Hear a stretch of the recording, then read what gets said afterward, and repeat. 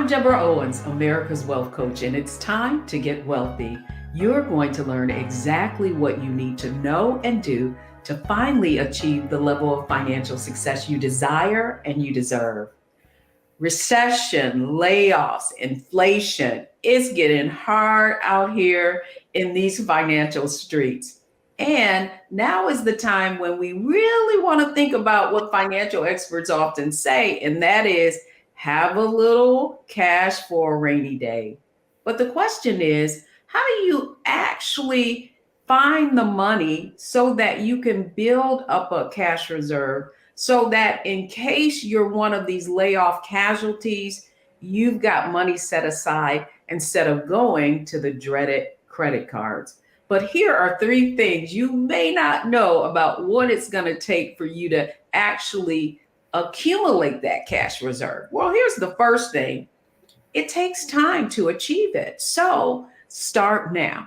The other thing is, if you watch the pennies, the dollars will take care of themselves. And then finally, you cannot save your way to wealth. And that's why I'm excited today, because on today's show, we have somebody right here. She's a money scientist, and she's going to share with us exactly what we need to do to figure out where the money resides. So our guest today is Dr. Maria James. She's the money scientist, and she's also the creator of Wise Financial Fitness.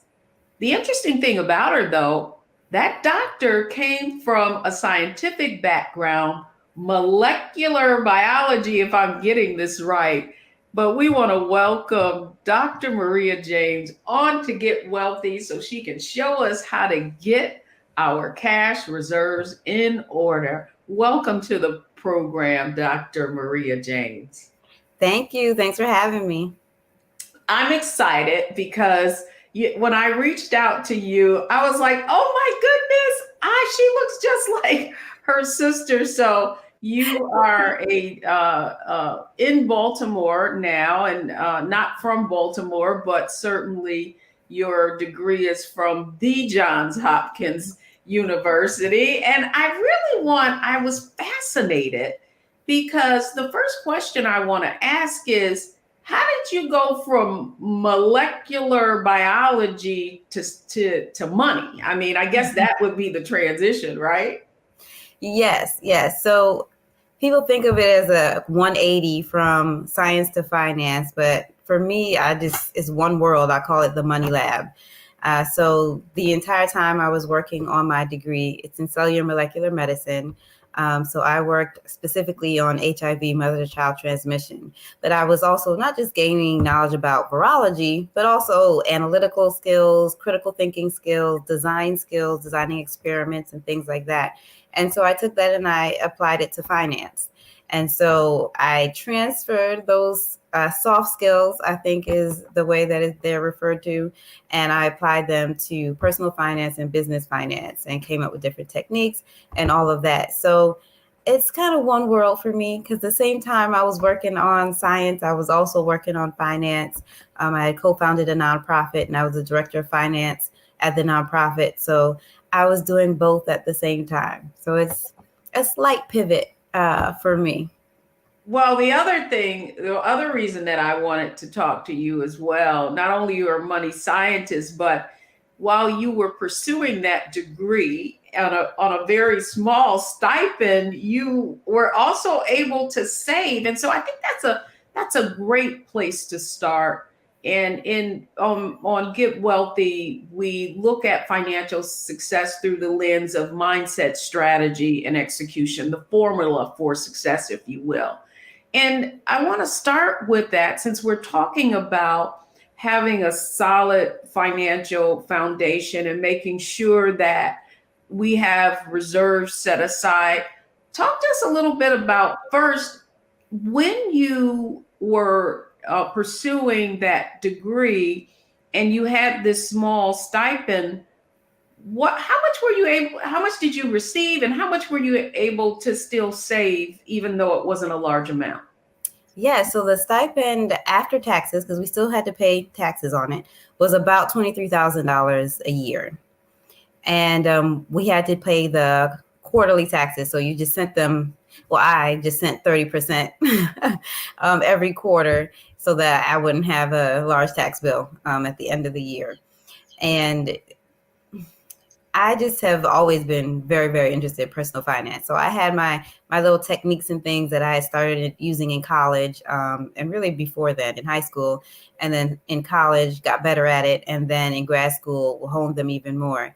And I remember reading articles and things like that, and it was always like, oh, I stayed in my mother's basement and saved up, which is great for anyone who's able to, stay with their parents or have a lot of roommates and things like that in order to save money. That is absolutely awesome. For those of us who can't do that, or in a situation where it's just not possible, and you're like, okay, I'm taking care of my own household, how do I go about, saving money? I didn't see any of those articles, so I had to come up with my own stuff. I had to come up with my own things. Yeah. So here's the thing, though. Like, you clearly, I think some people are wired, right, to be say, like, you have different, I believe, beliefs and attitudes around money, and so much of that typically comes from your environment, right? So that's the other question I want to ask you. Were you raised in an environment as a family where your family was frugal, and so that's where some of those beliefs comes from, or was it the opposite? No, definitely frugal. I am one of 9 children. I know you know my sister. We are. Yeah, I thought there were only 2 of you. There's 7 more. No, yes. And where do you fall on that? I am the third oldest. Okay. I'm the third. Yeah. Okay.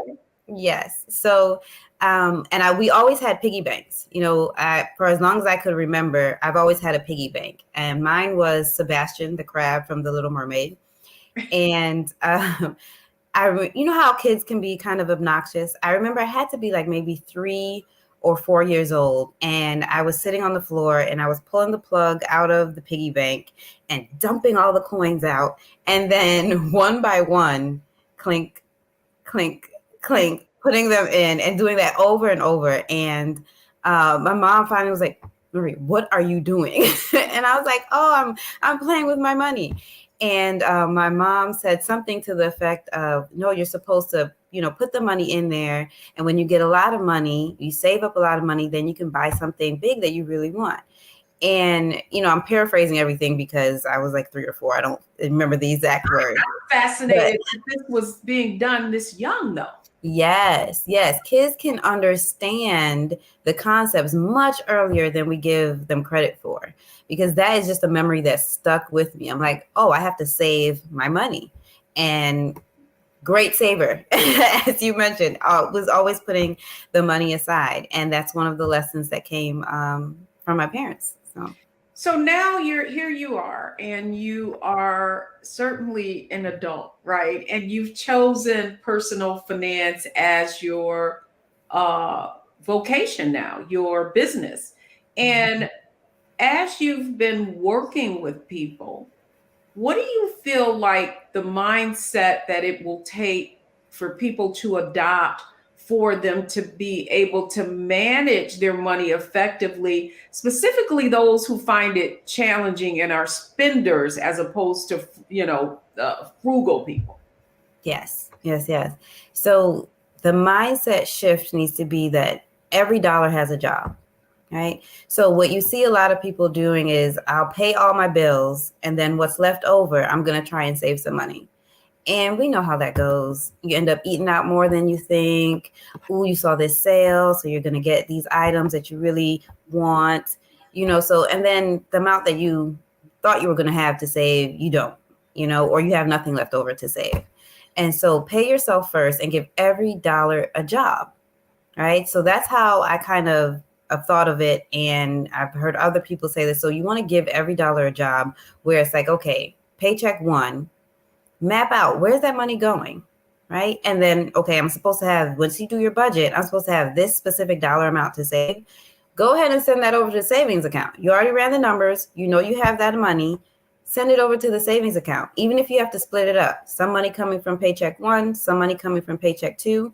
Once you get paycheck 1, the amount that's supposed to come from there, send it over to the savings account. Because if you wait, that money gets eaten up. it goes. Yes, and there's one other aspect I want to talk with you about mindset, and this is what I find in the Wealthy You community that can be so challenging for people. When I hear people say, "Well, what if I don't have enough money? What if I don't have enough money?" And I would say that often I feel like that too is a mindset issue, right? So, what kind of mindset do folks need to adopt?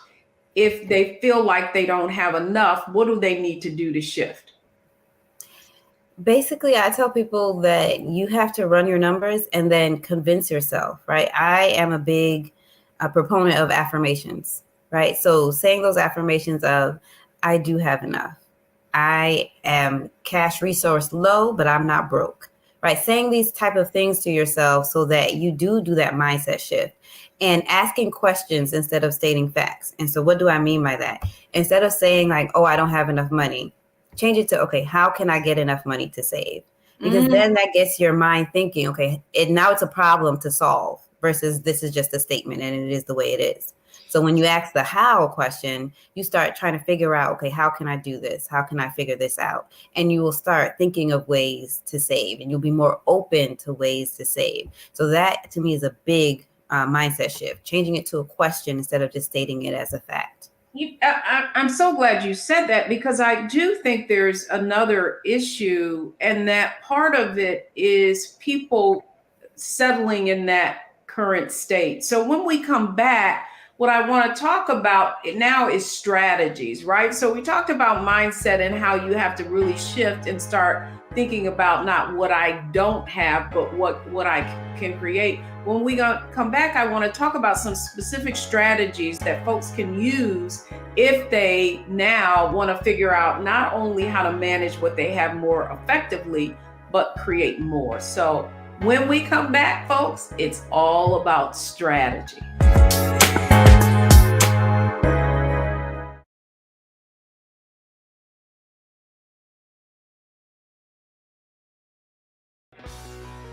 Let's be honest, as successful women, we're crushing it. Maxed out 401k and Roth IRA? Check.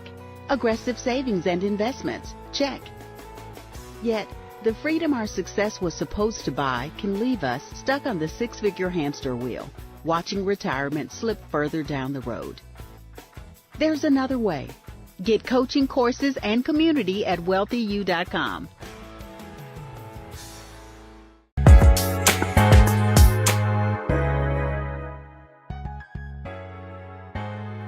Welcome back, everyone. I'm Deborah Owens, America's Wealth Coach, and we're talking about getting wealthy and you making sure that you have a cash reserve, somewhere to land in what has become a pretty volatile economic landscape that we find ourselves in. And joining me today is the money scientist, Dr. Maria James, and she's really focused on helping you manage your personal finances more effectively. So, Maria, now I want to talk about strategies. And specifically, I know I encountered so many people who they may be in like have an under earner, right? And so as a result, it's created all these other things, where I've had to rely on credit cards, or I have more debt. And so my question to you is, when you encounter people who you feel like could earn more, or maybe are settling, right, and for doing with less, what are some strategies that you maybe convey to your clients? Yes. So first, I start by showcasing people in the U.S. and around the world who live on a lot less. Right. So if this person can live on the equivalent of $5 a day, now you may not be able to do $5 a day, but you can do less than what you're currently doing. Right. So just getting that out there and in their mind that people live on a lot less and they can live on a lot less. Let's figure out how they can do it. Right. So first, getting that mindset shift. We just talked about mindset. So getting that clear. So now they're in the, okay, how can I do this, instead of like, I don't know where to start. Right. So now we're in a let's work together. Now we're ready to strategize. Boom. And then I one pull from my experience, we talked about when I was in grad school, I saved up over $10,000 on that stipend of $23,000 a year. Right. So got a few tips and techniques on how to save a dollar when you feel like you don't have enough. So going through those type of things, and a big one is budget. And I have people create what I call their survival number, right? So taking out all the fluff, any want out of the budget. What is that dollar amount that you have to bring in to run your household, right? Just survival mode. What is that dollar amount? Okay. So that's more like then, from a practical standpoint, okay, you got rent, got to pay that, got to pay your utilities, got to pay your car note, or you're not going to be able to go, and those insurance. So those even fixed and variable expenses. But I think that where so many folks get into trouble, Maria, is it's those variable expenses. Like whether it's groceries. And now, I mean, that's the point. We're seeing inflation is making that $100 a week grocery bill is now 125 or 130. So what are what strategies do you think people can use now to address, prices increasing on their everyday needs? Right. So it's two-pronged. I feel like you can work on cutting the expenses, and then you work on increasing your income. So with cutting the expenses, don't only think of, okay, I have to slash this budget amount. Also think about, okay, how can I use less of my money to afford this same thing? So for example, years and years ago, couponing was really big, right? We had TV shows and all these things where people with the extreme couponing. So that is just an example of, okay, I'm not lowering the dollar amount, but I'm figuring out how I can afford it without using more of my individual money, right? So those variable expenses, doing that for each one. And then also things like, even with the fixed expenses, calling, because I think when people think fixed expenses, they think this is the dollar amount and I cannot change it. So while the variable dollars do get people into a lot of trouble, don't forget about the fixed ones, because, for example, you can call your cell phone company, and depending on who your employer is or who your alma mater is, where you went to school, you can get up to 20% off on the bill, right? Same thing with the, cable company, and any fixed expense, maybe outside of mortgage, you might be able to get a percentage off based on who you're affiliated with. So college, job, all of that. So call and find out what their loyalty programs are, and if there's any type of relationship between your college or your school and your the provider of the service, as well as with the job. So doing that for the fixed expenses, and then for those variable ones, I mean, just going all the way extreme, not becoming a minimalist. I believe in luxury and frugal living. I'm not about separating toilet paper and taking two bags. I don't go that far. Luxury and frugal living, right? Because at that point, none of us want to go. We don't want to do it. Well, I do think the point that you're making, and that is important for people to understand when it comes to money, is that sometimes it's not about resources. Sometimes it's about resourcefulness. Yes. Right. And that often what happens is, we live to the level of our income and probably 15% beyond. Right. I mean, that's what the stats show. If you make 50,000, you're going to spend, another 10,000. And that's how we end up in trouble. And so the other question I have for you is just from a strategic standpoint, what are some of the, we talked about couponing, we've talked about, managing our resources more effectively, but what are some other strategies that people can use so that they don't go out of the lines? You know what I mean? I feel like even myself, I would sometimes put myself on a cash budget, because I know when I'm, in my mind, I'm saying, oh, well, you can get points. And then I get that credit card bill, and it's like, what was I thinking about? Now I got to pull from savings in order to meet that, when in fact, I was thinking that I was being, strategic and going to get my little points, but I actually overspent. And so how do you put those boundaries around yourself?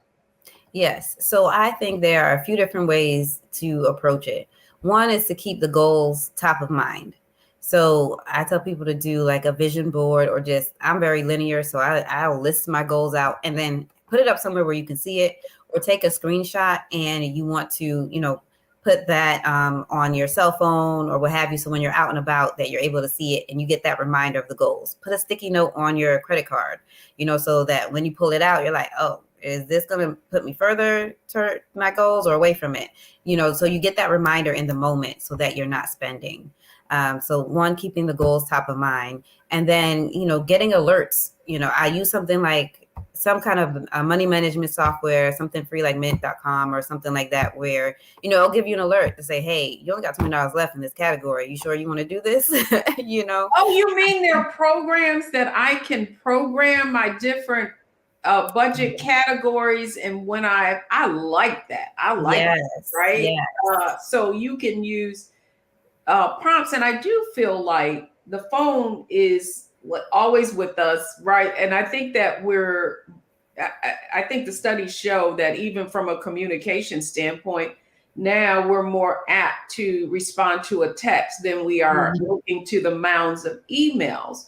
And so, to that end, I do want to go there just from a budgeting standpoint. When you say budgeting, people always feel like, oh, it's so restrictive. What is how do you influence your coaching clients on sell them on the idea of a budget? I guess that's the question. Yeah. So it's for some people, it's, a curse word, they break out in highs and things when they say the word budget, but I tell them it's a plan. Is just a plan, right? If you want to achieve a goal, you make a plan, so prep for your success. We want to prepare for your success, your financial success. So we make a plan, and that's all the budget is just a plan. That's good. So a spending plan, the other thing that I find is that structure gives you freedom, right? Yeah. Like, I think oftentimes we're really thinking about being confined. It's when we don't have structure and we go out of the line that we have all that anxiety around it. And so I love, though, giving examples. And so can you give an example of someone that you've coached that was resistant to a budget, and perhaps how they kind of transitioned to it really being, oh, this is the best thing that ever happened to me?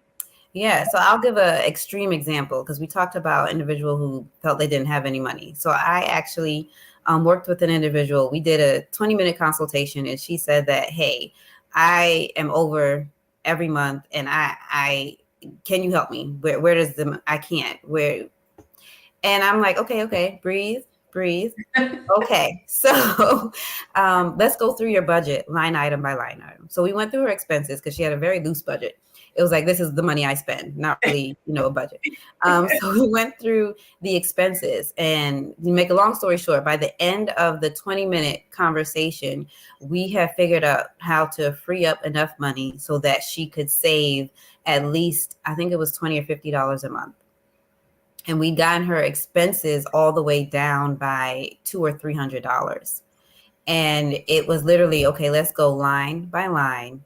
And for the ones that we can do something about, what can we do? Right. So figuring out which line items we could do something about, and figuring out what we could do to get it so she was living within her means, and then had a little bit left over to actually save. So going from over every month to, okay, I got a little bit I can save every month.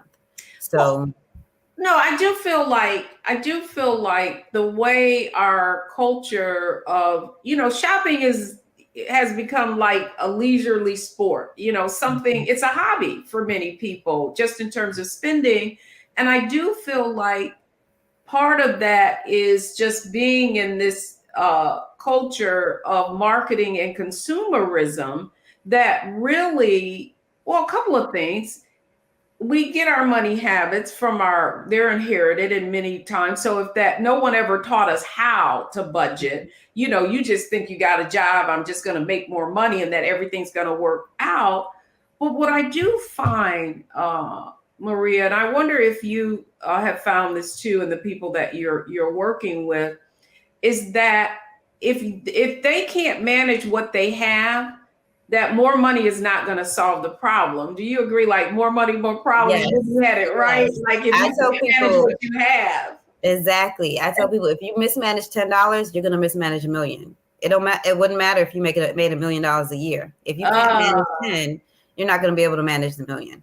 I love it. That's a good one. I hope the audience gets that. That is a nugget. That's a wealthy nugget, y'all. So when we come back, we're going to go right to we're going to go to execution. So we've been talking about mindset, strategy, budgeting, that sort of thing. But now, what do you need to do to apply what we're talking about today so that you can have that cash reserve, and regardless of what storm comes your way, you're going to have the money put aside to have it as a cushion. So don't go anywhere, folks. We'll be right back.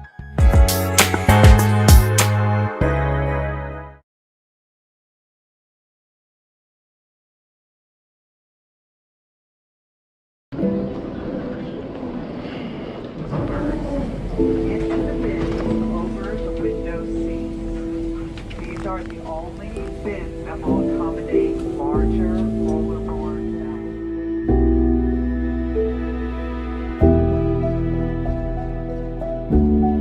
They put 10 in here? 10, and you don't come out till you die. And you eat him, you poop him. Oh my God.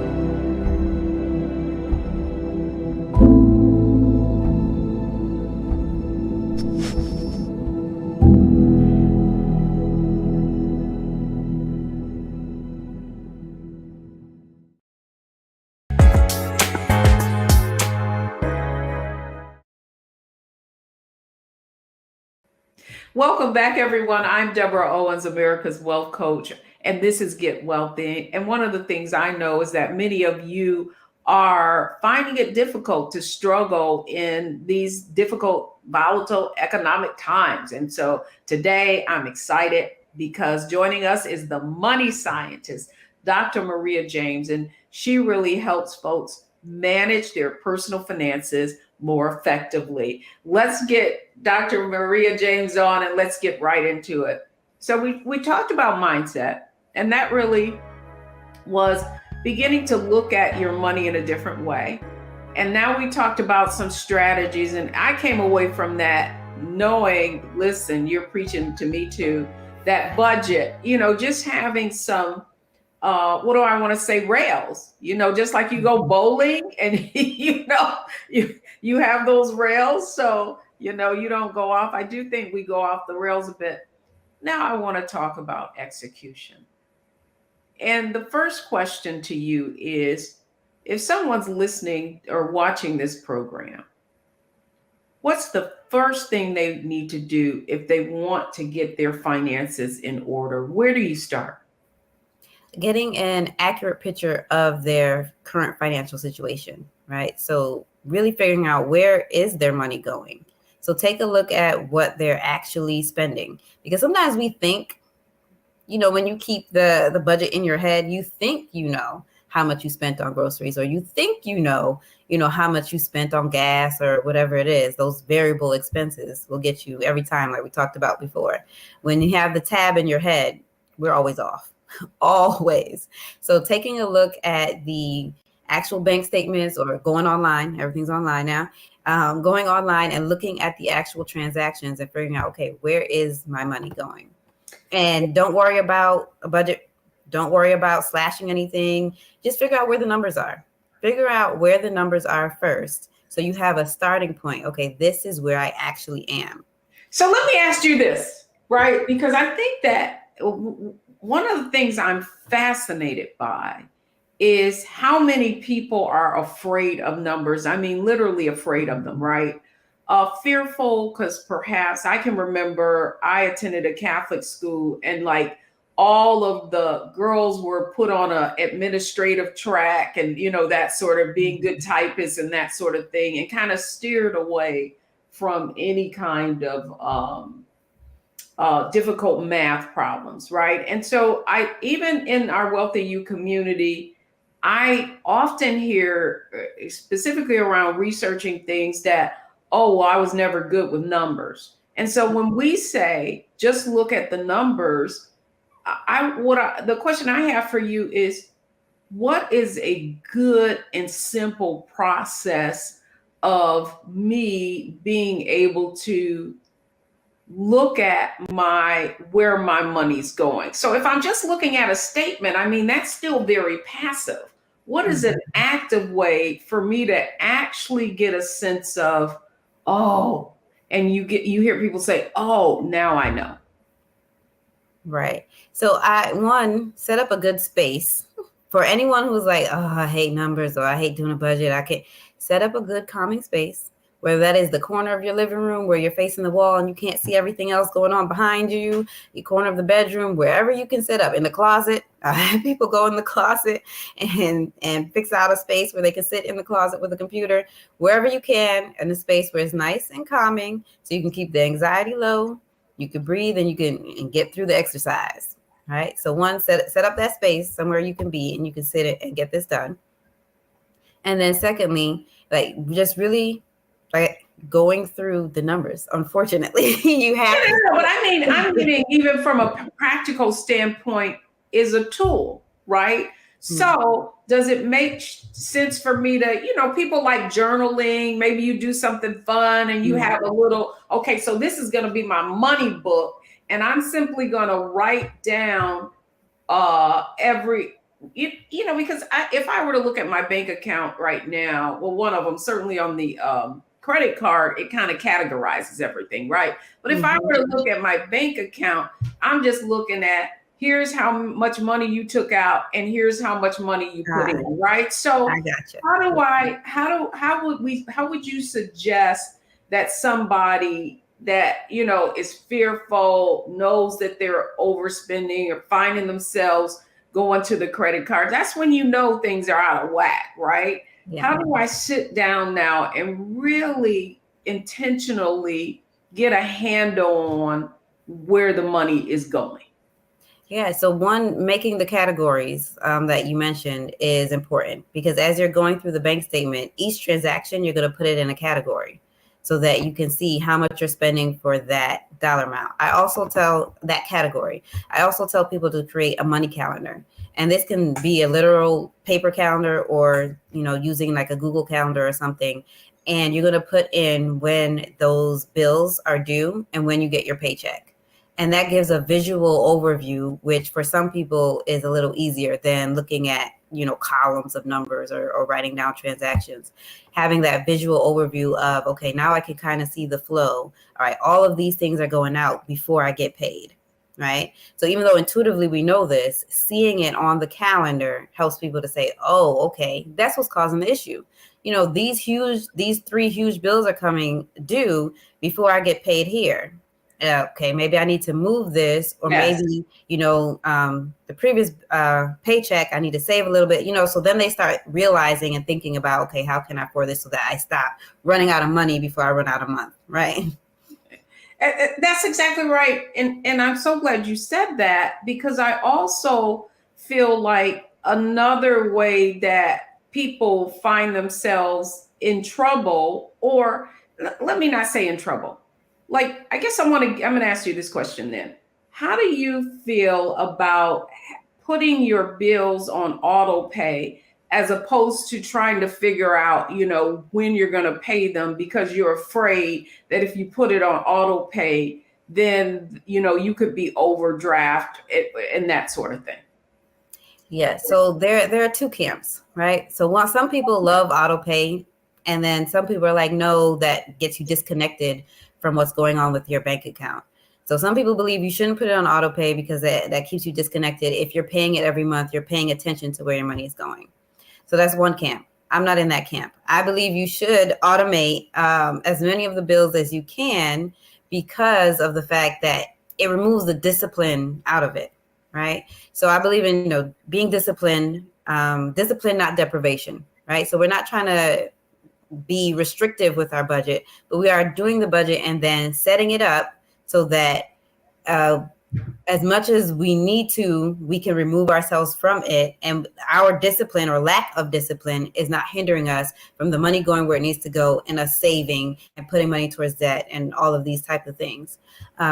If you do the budget and you know how much is supposed to go where and how much will be left over, then you can be confident that I can set this on auto pay and have it go out. It might take a few months before you feel fully comfortable and confident with the auto pay. You might be checking each time, and that's perfectly fine. I say you should always be checking your bank account. Go ahead and do that until you feel comfortable with it. If you've done the budget and you know that you have that money to be put on auto pay, then go ahead and put it on auto pay, especially the things that are very important that you're like, okay, car note. I know I need the car to be able to get to work in order to get the money to do this, this, and this, right? Put the car note on auto pay. Rent or mortgage. I know I need to have a roof over my head. All right, I'm gonna put that on auto pay. So that way you don't have to be disciplined about that. You know that money's going out. You're gonna pay that no matter what. So then focus on the discipline with the variables, the variable expenses that are probably getting you into trouble anyway, and that you have more control over the dollar amount on how much you're spending anyway. So that way you can focus on those and rein those in if that's what needs to happen. Well, I do think that I'm so glad you said that, because I do think that what I find and what I have found is that when people don't have their things on auto pay, and I wanted to talk about that, and that's the credit score, right? So the way these companies that you're scoring, and one of the easiest ways to really get into a problem where you have a low credit score is just late payments and free. I mean, even if you were to forget one thing, next thing you know, your credit rating is down, to 600 or something. And so my last question I had for you, and we only had a minute, if you could give one piece of advice around improving your credit score, what would you give to our audience? Gosh, if you can pay off the entire thing every month. Leave the credit card at home is another one. If you can do that, if you're in a situation where you were just trying to get points, or you're just trying to, and you've been going over, leave the credit card at home until the discipline is there to be able to use it effectively. That's good.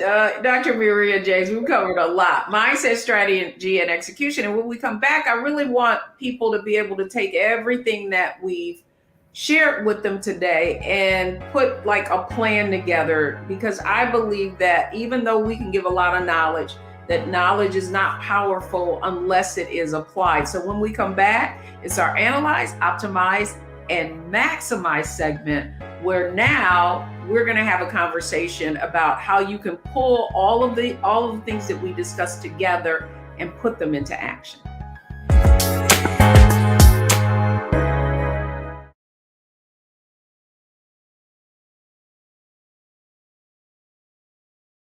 Black Star Network is here. Oh, no punch! I'm real revolutionary right now. Thank you for being the voice of Black America. All momentum we have now, we have to keep this going. The video looks phenomenal. See, there's a difference between Black Star Network and Black-owned media and something like CNN. You can't be Black-owned media and be scared. It's time to be smart. Bring your eyeballs home. You dig?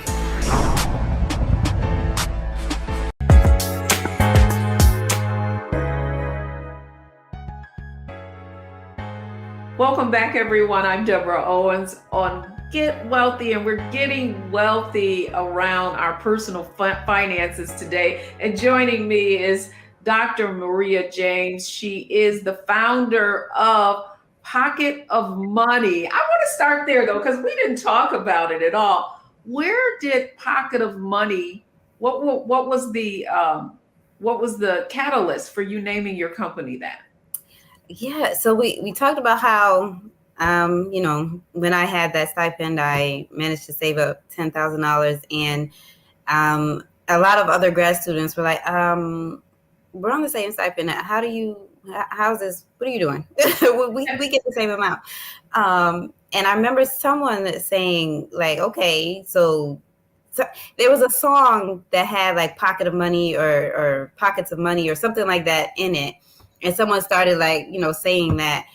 And so, I kind of laughed it off. But then as I was thinking about, okay, I want to do financial empowerment and really starting up the company, Pocket of Money popped back in my head. And I'm like, well, I'm trying to have people have more money in their pocket and keep more money in their pocket. So yeah, I'm trying to get them to have a pocket of money. So, all right. I always like to know where it was derived from. Now we've covered a lot of ground today, and I want to talk a little bit about putting these what we've discussed into action, our formula of success, mindset, strategy, execution. But I want to talk about it from your own experience. Like, talk to us about when you're working with your folks, right? And you talked about the fact that people have to shift from I don't have enough to I forget, how did you put that? When we talked about the shift on the mindset, you talked about shifting to I have enough, or affirmations. Oh, right. So shifting it to a question instead of just saying I don't have enough, asking myself, okay, how can I have enough? How can I save more? How can I, shifting it to a question.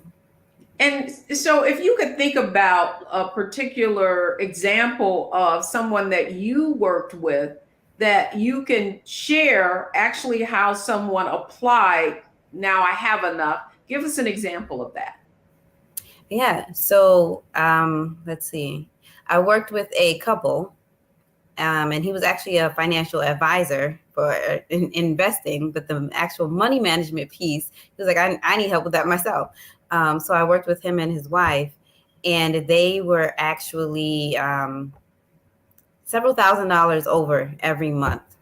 And it was just like, okay, we're over. Do we just need to, they were going to pause investing, pause putting money into their retirement accounts and things like that. And we've talked about that before, Deborah, where we're like, No. Right. No, I'm so glad this came up. And that's why I love asking about specific examples, because I also feel like, people, there are all these different gurus out here who are saying, well, no, before you invest, you got to pay off all your debt. And yet you need time in order to do that. Mm-hmm. And so I'm fascinated. What was the remedy? Yeah, so we actually, talking about budgeting, that was the first thing, figuring out where their money was actually going. So there were a few key categories where they were going over, and a lot of it was wants. So it wasn't that, their lifestyle was expensive for survival. It was that it was a lot of wants, right? So more than one car. It was a family of 4. There was 2 children. So him and the wife, and there was 2 children. And so why do you have 3 cars? Oh, they had 3 cars. 3 cars. It was okay, like, yeah. And you know what came with that? Insuring those 3 cars as well. Exactly. Okay. Exactly. So basically, maintenance, gas, like all of it. Yeah. Yeah. And so, go ahead. No. So it wasn't resources. It was being more resourceful. So man, they were so car. I'm fascinated. What else? Yeah. So getting that down. They took 2 or 3. They want to take 2 or 3 vacations a year, and they were, putting vacations on the credit card. And it was like, I'm sorry, you can't afford that. So staycation. So I'm not saying don't enjoy time with family. You know, I feel that is very important. I come from a big family. For me, family is very important. But we're gonna do staycations. How do you feel about that? You know, so talking about that sort of thing. Oh, Dr. Maria, this is so good. This is so good because, there are two sides to the coin, right? There are those that don't have enough, right? Mm-hmm. And then the question is, how can I have more? Okay. How can I create more? And so for this couple, the question was, what would the question have been? Because they had resources. They just weren't being resourceful with what they had. Right. So the main question was, how can I live within my means? So it was, instead of spending around 10 or 11,000 a month, how can we get that down to the 7,000 you're bringing in a month, which is more than a lot of individuals in America, right? So it was above average. How do we get down to that 7,000 a month? Because there's a lot of people living under that dollar amount a month. So you can do it. Right. So it was, how can we live within our means? How can we get that down and still enjoy life? Right. Because we still want to be able to enjoy the now. We don't want to, okay, when I retire or when I, something off in the distant future, that's when I can enjoy life. No, how can we still enjoy the now, but how can we do it with living within our means? And so we got them down to that 7,000 by going through the different line items in their budget and cutting out different expenses and really honing in on what was important to them and making sure those stayed on there. Because I believe you should have a few, this is for fun, this is for enjoyment, right? That can be a line item in your budget, but it still has to be within your means, right? We can have that, this is for an enjoyment, but it needs to be, within your means. So we did that for them. And by the time we finished working with each other, they were able to take a vacation, no credit card used. And that's peace of mind. And so I really believe what you just described was an unwealthy lifestyle, right? An unwealthy lifestyle. And I do feel that now there's a lot of pressure on people, and that pressure can come from media. And, seeing people, and they're constantly on social media, and they're taking these pictures, and they're in Dubai, and they're doing all of these other things.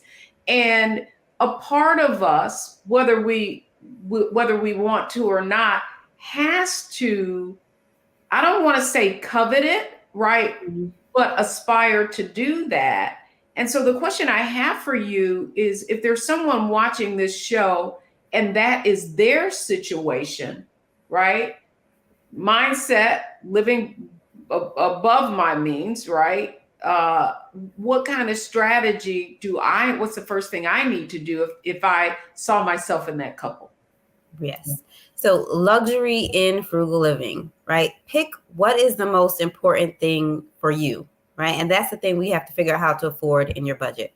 So for some people, it's vacationing. I like experiences. I want to be able to have at least, one vacation or really great experience where I travel a year or, twice a year or something like that. Okay. So if you really love to travel, we got to figure out how we can afford the vacation in your budget. For others, it may be, things. Oh, I really love fashion, right? I want to be able to, still be able to purchase items and stay in fashion. Okay, how do we afford that on your budget? So I said before, it's two-pronged. Cutting expenses, so things that are not that important. So for the person who loves fashion, things that don't involve fashion, there's some of them in your budget, we can let go of those things, right? And having that mindset of, okay, yeah, because fashion is a thing we're trying to afford, right? So the things that don't have to deal with fashion, that don't spark joy, that not going to affect my mental health if I let them go, those things can go, right? So whatever the most important thing is for you that you want to be able to afford in your budget, focus on affording that thing and let the other things go, because then that frees up money to go towards the thing that's very important.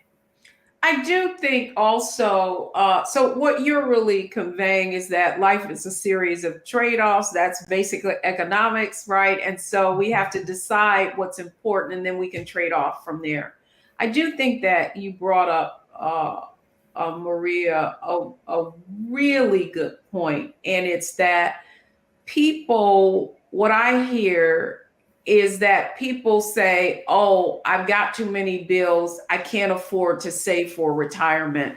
Leave us with a strategy or an example, even a story of someone who felt like they didn't have the wherewithal to save or invest for their retirement because they did have debt. What would you say to them?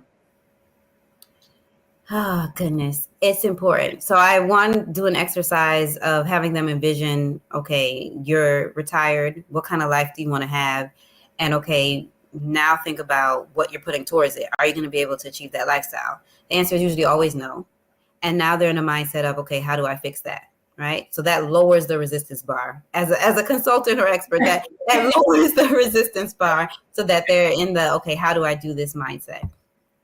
And then it's okay, let's do that first, right? So go ahead, if you haven't set up where money is going into a 401k or whatever's being offered by your employer, set that up so the money goes first. It's going to help you with taxes anyway, right? So go ahead and set that up so that the money is going there first. And then, because you're not going to miss it. You're not going to miss it. You can't miss what it hasn't been coming to your account. Yes, and I love that vision casting, right? Because then again, it becomes the question that you just shared. You said we need to ask ourselves, how do we want to live in retirement? And then how, is our vision for our future life really aligned to what you want to do? This has been fascinating. Let our folks know how they can get in touch with you, please, around the work that you're doing, helping folks get their finances in order.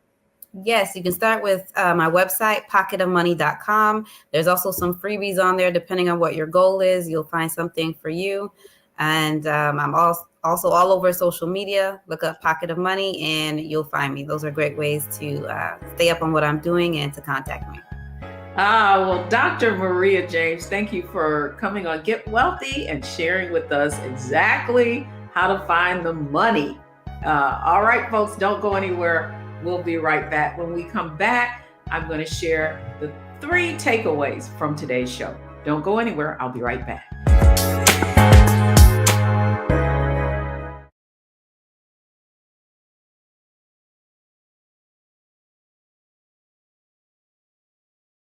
When you talk about blackness and what happens in black culture, we're about covering these things that matter to us, speaking to our issues and concerns. This is a genuine people-powered movement. There's a lot of stuff that we're not getting. You get it, and you spread the word. We wish to plead our own cause.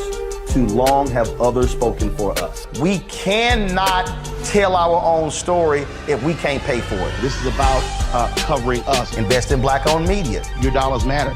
We don't have to keep asking them to cover our stuff. So please support us in what we do, folks. We want to hit 2,000 people, $50 this month, raise $100,000. We're behind 100,000, so we want to hit that. Y'all money makes this possible.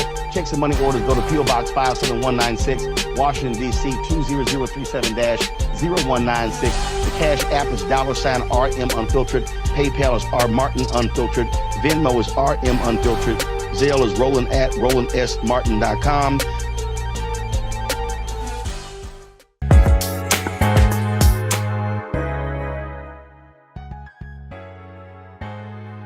Welcome back, everyone. I hope you enjoyed Get Wealthy today with Dr. Maria James from Pocket of Money. Here are the 3 takeaways from today's show.